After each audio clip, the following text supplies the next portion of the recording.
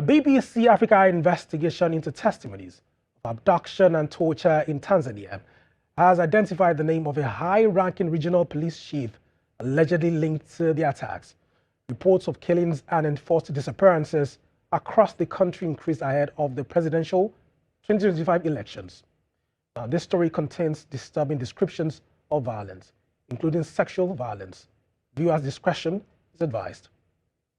In June 2024, a Tanzanian human rights activist was shot in the head and left for dead. I just felt like ding,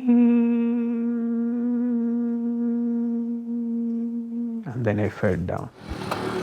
He had been abducted a few days earlier and taken to the back of a police station in the port city of Dar es Salaam. There, he was interrogated about why he was criticizing the government. They were now starting asking, "Hey Sativa, the top man from the government is looking for you. Tell us exactly what is it are you doing?"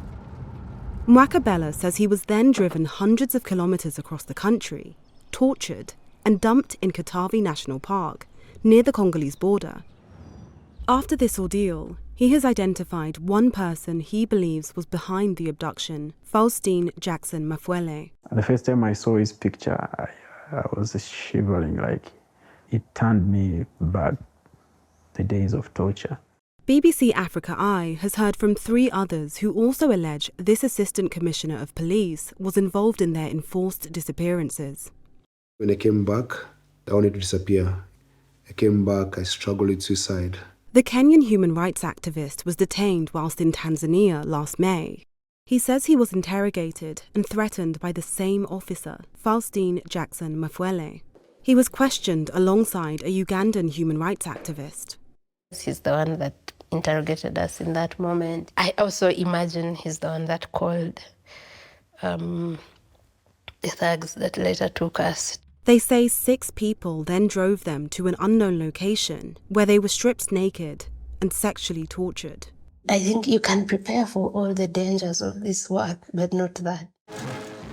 Since President Samia Suluhu Hassan became head of state in 2021, reports of abductions have increased.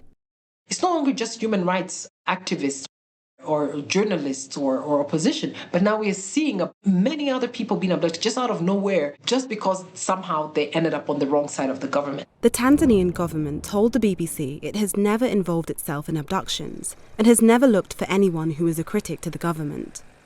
The Tanzania police force and Faustine Jackson Mafwele did not respond to the allegations made in this report. Well, back in Nigeria, we take you to the south